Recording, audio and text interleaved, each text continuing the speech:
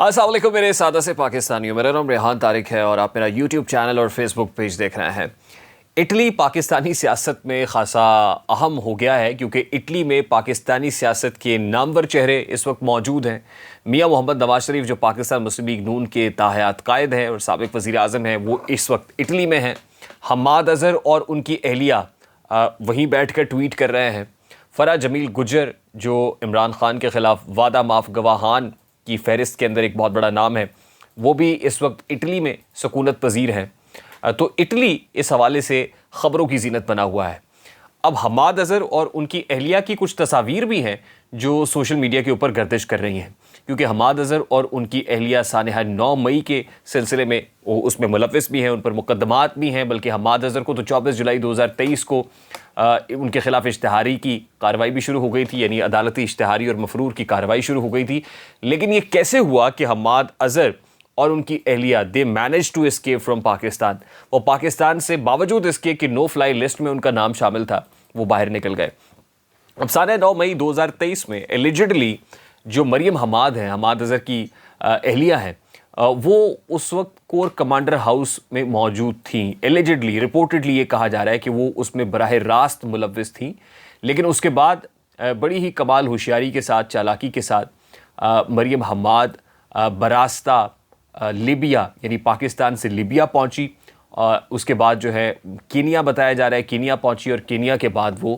Italy پہنچ گئی اپنے دونوں بیٹوں کے، دونوں صاحبزادوں کے ہمراہ۔ اسی طرح حماد اظہر بھی پاکستان میں تھے، لیکن شوکت خانم میں کہا گیا کہ سب سے پہلے یہ دونوں ہی میاں بیوی اور بچوں سمیت کی شوکت خانم میں چھپے ہوئے تھے۔ جس وقت شوکت خانم میں ریڈ کی حوالے سے خبریں آئیں، بات چیت ہوئی، تو اس وقت ظاہر ہے کوئی نہ کوئی کھچڑی پک رہی تھی اور یہ ملک سے فرار ہونے کی کوششوں میں بھی مصروف تھے۔ تو اسی دوران حماد اظہر صاحب بھی براستہ افغانستان اٹلی پہنچے ہیں، اس حوالے سے خبریں موجود ہیں۔ لیکن اچنبے کی بات یہ ہے کہ نو فلائی لسٹ میں تھے، اس کے باوجود ایجنسیز کو سرکار پاکستان کو چکمہ دے کے کیسے بیرون ملک فرار ہو گئے۔ اب حماد اظہر بھی اور ان کی اہلیہ دونوں ہی 9 مئی کے مقدمات کے اندر مطلوب ہیں، اور صرف حماد اظہر اور ان کی اہلیہ ہی نہیں، بلکہ آپ کو یاد ہوگا کہ تقریباً 600 افراد کے نام نو فلائی لسٹ میں ڈالے گئے تھے جو سانحہ 9 مئی کے اندر ملوث ہیں۔ اس میں سابق وزیر اعظم عمران خان صاحب بھی جو چیئرمین پی ٹی آئی ہیں، ان کی اہلیہ بشریٰ بی بی بھی، اور حماد اظہر ہوں، اسلم اقبال ہوں، فواد چودھری ہوں، اعظم سواتی ہوں، ان سمیت کئی سرکردہ رہنما ایسے ہیں جن کے نام نو فلائی لسٹ میں شامل ہیں۔ اب سننے میں یہ آ رہا ہے کہ حماد اظہر جلد ہی اپنا یوٹیوب چینل بھی لانچ کرنے جا رہے ہیں، اور وہ اٹلی سے بیٹھ کے بذریعہ یوٹیوب چینل عوام کو پاکستان تحریک انصاف کی حقیقی آزادی سے متعلق بھاشن دیں گے، ان ٹچ بھی رہیں گے۔ یعنی وہ ملک میں تو کوئی ٹرائل فیس نہیں کر رہے ہیں، نہ ہی وہ ایک بھی دن جیل گئے ہیں،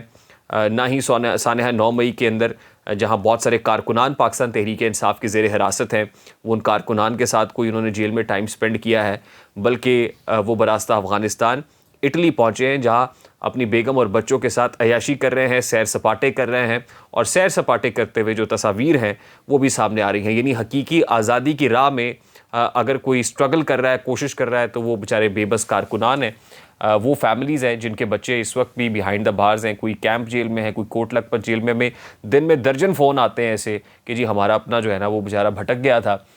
وہ پاکستان تحریک انصاف کی صفوں میں چلا گیا تھا 9 مئی کو، اور یہ ہو گیا، تو برائے مہربانی کو کوشش کریں اس کی جان خلاصی ہو سکے۔ یعنی بہت سارے ایسے لوگ ہیں جن کا بیچاروں کا کوئی اثر و رسوخ بھی نہیں ہے، تھانے اور کچہری بھگت رہے ہیں،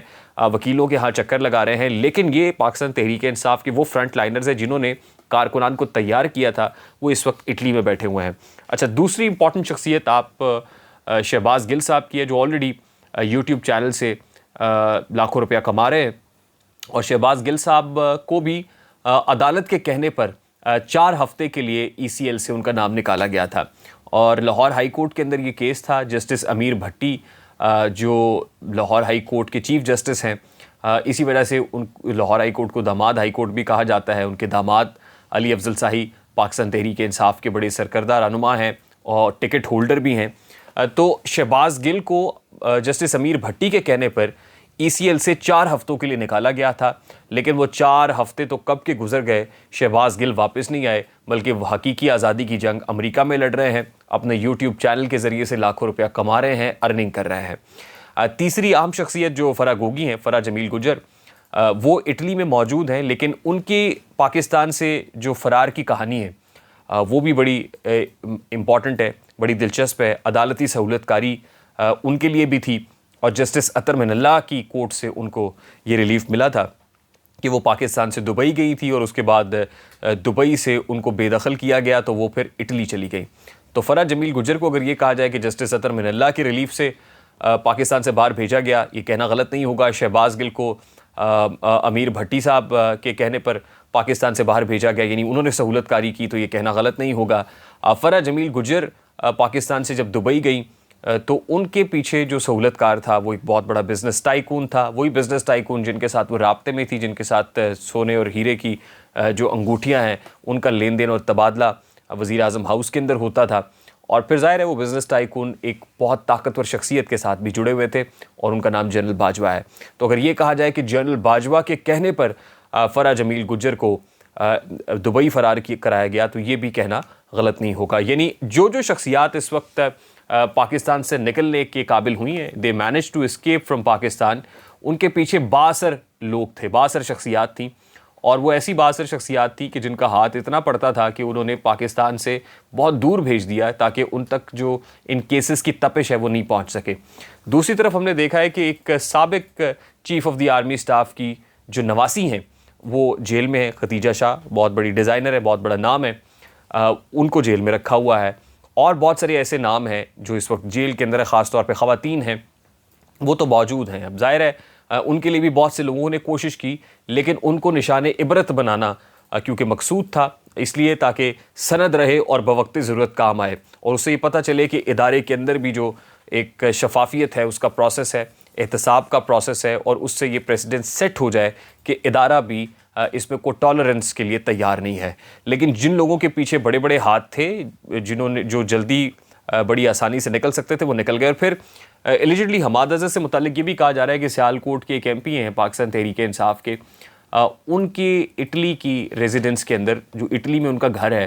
یہ اسی ریزیڈنس کو استعمال کر رہے ہیں، وہیں پہ رہ رہے ہیں۔ اور سیالکوٹ کے یہ جو پاکستان تحریک انصاف کے ایم پی ہیں، یہ پی ٹی آئی کے بیسیکلی ٹکٹ ہولڈر ہیں، ایم پی اے کے امیدوار ہیں، اور ان کا جو گھر ہے اٹلی کے اندر، وہ آج کل حماد اظہر، ان کی اہلیہ اور 2 بچوں کا گھر بنا ہوا ہے، ان کی ریزیڈنسی بنی ہوئی ہے۔ اب ظاہر ہے اس حوالے سے یہ لوگ تو تب تک رہیں گے وہاں پر جب تک کوئی معاملات میں چور نہیں ہو جاتے۔ یہ جو حقیقی آزادی کا اونٹ ہے وہ کسی کروٹ نہیں بیٹھ جاتا، کوئی دال نہیں گل جاتی جب تک چیئرمین پی ٹی آئی اور پی ٹی آئی کے لیے جو حالات ہیں وہ پاکستان میں سازگار نہیں ہو جاتے ہیں۔ لیکن یہ تو اسٹیبلش ہوتا ہے ان تمام تر واقعات سے کہ یہاں جس کی لاٹھی اس کی بھینس ہے، اور ظاہر ہے جس کا ہاتھ پڑتا ہے، جو تگڑا ہوتا ہے، وہ اپنی مرضی کا فیصلہ کرا کے نکل جاتا ہے۔ اس کے لیے عدالت بھی استعمال ہوتی ہے، اس کے لیے طاقتور شخصیات بھی استعمال ہوتی ہیں، وہ سیاسی ہوں یا عسکری ہوں۔ تو جس کا جہاں کوئی اثر و رسوخ ہوتا ہے وہ اس کو استعمال کرتا ہے اور نکل جاتا ہے۔ لیکن پھر عوام کو بے وقوف بنایا جاتا ہے اپنے یوٹیوب چینلز کے ذریعے سے، اپنے کانٹینٹ کے ذریعے سے، ایسی ٹویٹس کر کے کہ جو بڑی اشتعال انگیزی پر اکساتی ہیں پبلک کو۔ آپ خود تو وہاں بیٹھ جاتے ہیں اور اتنا ایجیٹیشن سے بھرپور ٹویٹ کر دیتے ہیں کیونکہ آپ اس کے متحمل ہوتے ہیں، کیونکہ آپ تک تو اس آگ کی تپش نہیں پہنچ رہی ہوتی۔ لیکن جو لوگ آپ کو فالو کرتے ہیں، آپ کے فینز ہوتے ہیں، آپ کی سیاسی جماعت کے نظریے کو فالو کرنے لگتے ہیں، ان تک اور ان کے گھر والوں تک نہ صرف یہ تپش پہنچتی ہے بلکہ وہ اس کی آگ میں جل بھی رہے ہوتے ہیں۔ آج بھی بہت سارے لوگ اسی آگ میں جل رہے ہیں،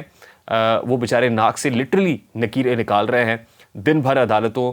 کچہریوں کے چکر لگاتے ہیں، لیکن ان کی جان خلاصی نہیں ہو رہی ہے۔ تو ان کو اور ان کی فیملیز کے لیے بھی یہ سوچنے کا مقام ہے کہ یہ ایک پاکستان بنانے کا خواب تو تھا، لیکن یہ 2 پاکستان ہیں۔ اس میں اپنے سیاسی منجن کو بیچنے کے لیے کہا کچھ اور جاتا ہے لیکن کیا کچھ اور جاتا ہے، یعنی ہیں کواکب کچھ، نظر آتے ہیں کچھ، دیتے ہیں دھوکہ یہ بازیگر کھلا۔ مجھے ریحان طارق کو اجازت دیجیے، اپنا بہت سارا خیال رکھیے گا۔ السلام علیکم۔